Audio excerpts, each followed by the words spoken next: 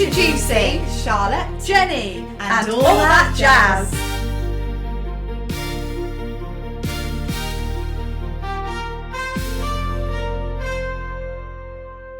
Hello, welcome to another episode of And All That Jazz. How are you, Charlotte? Yeah, I'm good. I'm okay. How are you? You're outside the RSC, aren't you, right now? Out in the square. I am outside the RSC. There's like a really nice patch of grass out the back where you can just chill and sunbathe. So that's where I am today, out in the sunshine, living my best life on my lunch break. It's nice there, isn't it? It's a bit shady. I know which patch of grass you mean. It's nice and shady out there. Yeah, but I'm sitting in the sun because I'm trying to top up my tan. You don't want the theatre pastiness. I don't want the theatre pastiness, no. I'm trying to get as much vitamin D as possible.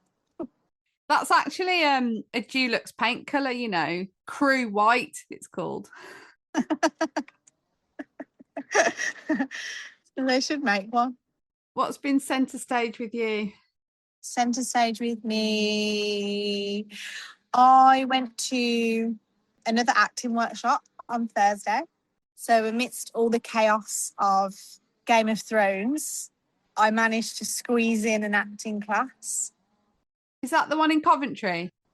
I'm sorry, there's just, you can keep this in the recording if you want. There's just someone has decided at this precise moment in time to drain water from the river to water the flowers. They're never usually here at this time. And today they've decided that whilst I'm recording would be an appropriate time to suck it all up.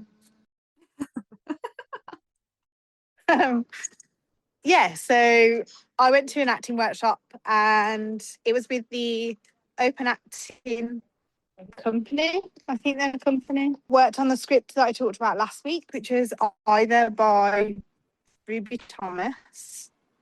And then you're supposed to learn the whole scene, ready to go into the workshop and work on it. And the way that they do it is like you all sit down and watch, and then you can just jump in and do the scene with like a random person or someone else that's in the workshop, not just like a randomer off the street.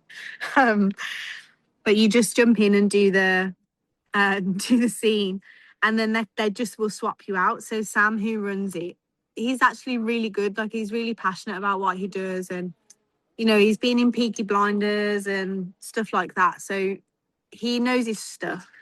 He actually went to the same college as I did as well, Birmingham Theatre School. He's younger than me though, so he was about 2 or 3 years after I was there. Yeah, it's a really nice, friendly space to work in. I'm yet to get up and have a go because I basically learned the script. But you know when you know a script well enough that you can sit on your own and do it, but you don't know it well enough when somebody else starts saying the other person's lines.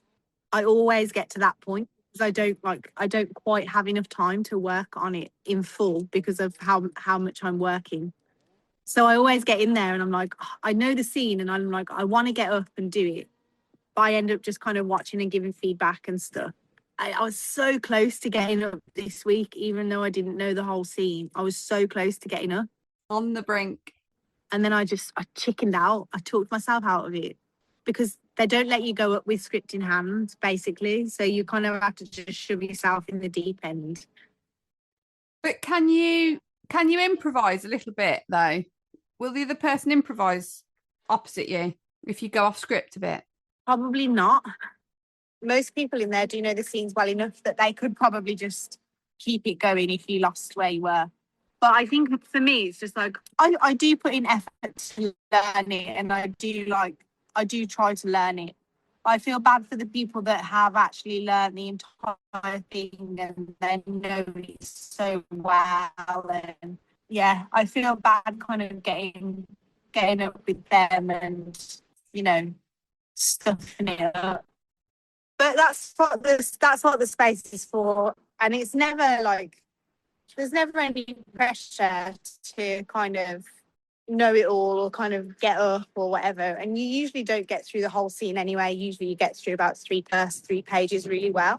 But yeah, it's a great space to be in. But next month when it's on, and you can hold me to this, next month when it's on, I am going to get up, whether I know the script fully or not.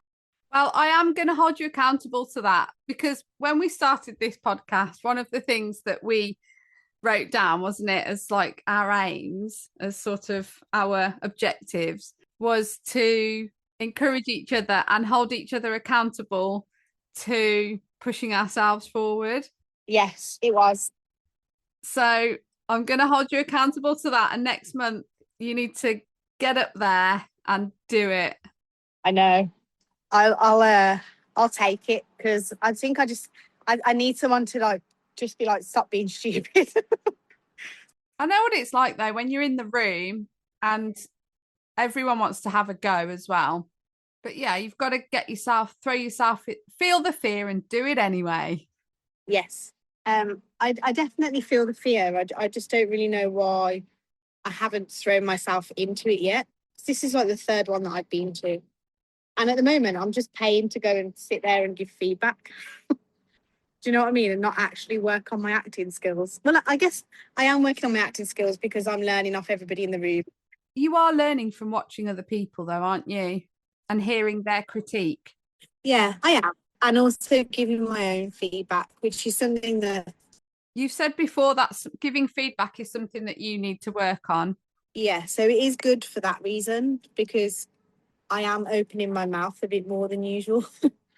But yeah, so that was me. That was my highlight of my week. What about you? What's yours? What's centre stage for you? Centre stage for me, I've had a busy week actually. I was teaching last week at a school in Birmingham, in Small Heath. Oh, nice. A high school, and it was the students that hadn't gone out on the school trips, the end of term trips. Oh, okay. So they had these drama sessions. There were 4 of us, 4 practitioners. Yeah. And they were rotating round through the day. So the pupils weren't exactly keen Okay. to be doing these drama sessions. And I think they're quite a science and business based school. So they don't do much drama or creative studies. This was a bit of a shock to the system for them. Their vocabulary was brilliant, actually. And when we did some analytical thinking, I was looking at status and body language. When they had to analyse each other, they were really good at that. But getting up and doing it themselves, they were very nervous and shy. Ah, it's good that the school puts that on for them so they get to experience the creativity, because it's just so important. Like, it's just as important as science. And some of the things I was doing with them were, you know, eye contact and shaking hands, looking someone in the eye as you're shaking hands with them, introducing yourself, saying your name clearly. Basic life skills, you know, that you're going to need, whatever industry you go into, you're going to need those skills. Things like answering the phone, speaking clearly over the phone, you know, those soft skills. yeah, really important stuff. You know, again, like we've talked about before, like being afraid of your own voice and, you know, being afraid to give your opinion and all that kind of stuff. Acting really helps towards that, or like anything creative helps towards that, because it helps to unlock a part of your brain that you don't usually get a chance to explore or unlock. Whatever job you do, you have to go into a job interview, you have to stand up and speak in a meeting, you have to give a presentation. Every job requires those skills. You have to speak to clients, you have to speak to customers. So it's absolutely transferable skills, isn't it? It is, yeah. And I think it's so, all of that stuff is so overlooked. I think people forget that creativity is a part of everybody's everyday life.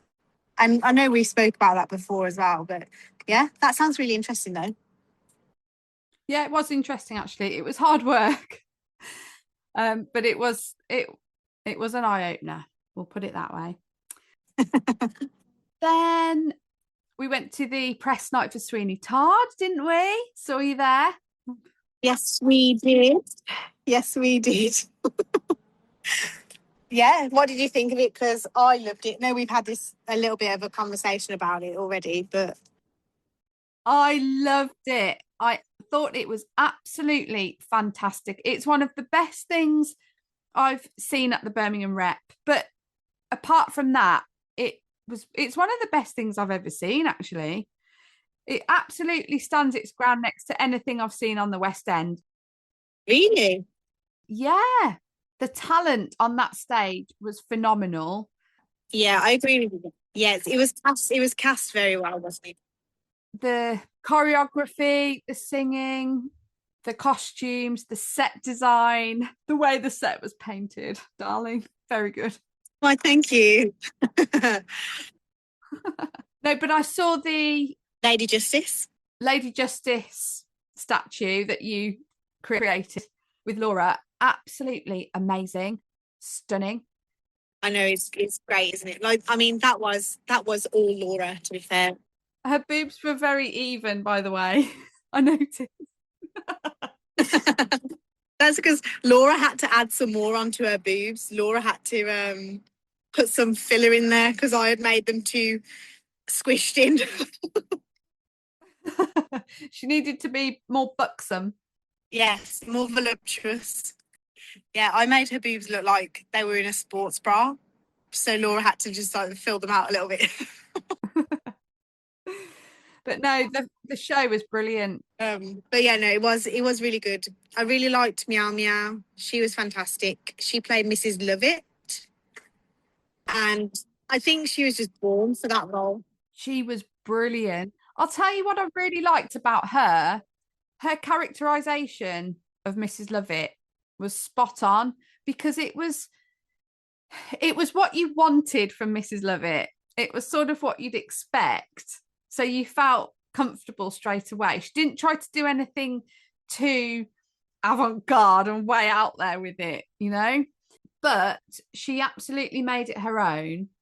And I know this is a really small thing, but this is the kind of thing I notice is that, you know, when people are wearing period costume like that and they've got like a corset type dress, so many performers just revert back to the same old stance of hands on the hips. Yeah. And it's so boring to watch. You know what I mean? Do you know what I'm talking about? Yeah, I do actually, yeah. I do. Yeah, I do. And it's really boring to watch. And her physicality of the role was really varied. It was. Her characterization was incredible. There were like a couple of times when I couldn't quite understand what she was saying, and in some of the songs as well. But I didn't know if that was a sound thing or a mic thing, or whether it was a diction thing. No, I agree because she played around with like accents a bit and words and pronunciation. But again, I think it just added to her character and it kept it lively, kept it upbeat, didn't it? Really enjoyed it. Yeah, I did. I thought she was fantastic. Yeah, it's like she was born for that part. 100%, yeah. And then who else? I liked Beadle. Ramin Karimloo played Sweeney Todd. Sweeney Todd. Yeah, he's great. I really liked him. It's really hard, isn't it? Because the film, Johnny Depp made that role so iconic. And he was like, I love Johnny Depp. I know that he's a questionable character in real life, but like for me, he was Sweeney Todd. And I thought, I'm really going to struggle to see past the film and his interpretation of the role. And the same with Mrs. Lovett, to be fair, because Helena Bonham Carter is just fantastic as well. So it's one of those things, isn't it, where you're like, are they going to live up to my expectation? Or are they going to live up to kind of the film standard? And they all did. I think they all did, and they all did themselves like really proud. The musical director as well, John Rigby, he worked on Sherlock. So I caught up with him on press night and he's done such a fantastic job. And he's actually going back to conduct it in the last week. So I'm gonna go and catch it again so that I can watch him conduct. I think it was probably one of the best things that we've had on the stage at the Rep in a long time. I hadn't seen Sweeney Todd before. I haven't seen the film, and I've not seen it on stage. So obviously I knew the general gist of the story. Yeah. But I didn't know the ins and outs of it or how it ended. So I just thought it was fantastic. It was a really good night out for me. So it was, for sure. And I think it was minimalistic, there wasn't. It was stylized, wasn't it? Yeah, there wasn't loads of props flying around. The set was minimalistic, but it was so effective. It wasn't boring though. It didn't get stayed. No. I liked Jack Gibson as Tobias Ragg, Toby. I thought he was sweet. He did do well playing a young boy. I'm a bit dubious of adults playing children. One of my favourite musicals, right, is Blood Brothers. And I'm being so hypocritical because that is a cast full of adults pretending to be children. But that's for a reason, because they grow up throughout the show and, they have the same person throughout the show. I really wanted a young person or a child in that role, just because I think it would have made it extra harrowing. Do you know what I mean? Like, for there to be a child there. Yeah, I see your point. Yeah. Have you seen it done with a child before? Only on the film. So obviously it's a bit of a different situation then, isn't it? Because it's a bit easier because the child only has to be there for the days that they're filming, and theatre's got lots of licensing around it. And yeah, to have a child on stage, there's a whole can of worms, isn't it, with licensing and chaperoning and all that. So I can see perhaps why that decision was made. But as I say, I didn't know the story or anything. So I was seeing it completely with fresh eyes, and it didn't strike as unusual to me. He was still young enough for it to be believable. And the fact that he's meant to be a little bit simple, isn't he? So I thought he played it really well. No offense to Jack Gibson. I think he did do a good job. I guess it's just my personal preference. But like you said, if I'd maybe have gone into it having not seen the film, I wouldn't have noticed that. Yeah, I didn't feel that there was a discrepancy between how he played it and perhaps how they could have cast it. So yeah, so great night. Although I had a couple of mini pork pies in the fridge at home that I'd bought the day before for my lunch, and I'd been really looking forward to them. Genuinely, when I got home, I couldn't look at them. But you actually don't know what's in a pie. Right, so that's all we've got time for this week. It's a short one, but what have we learnt? What have we learnt? Feel the fear and do it anyway. There we go. Yes, and we'll be holding each other accountable to that. Yes, we will. Join us next time for more on theatre, television, and all that jazz.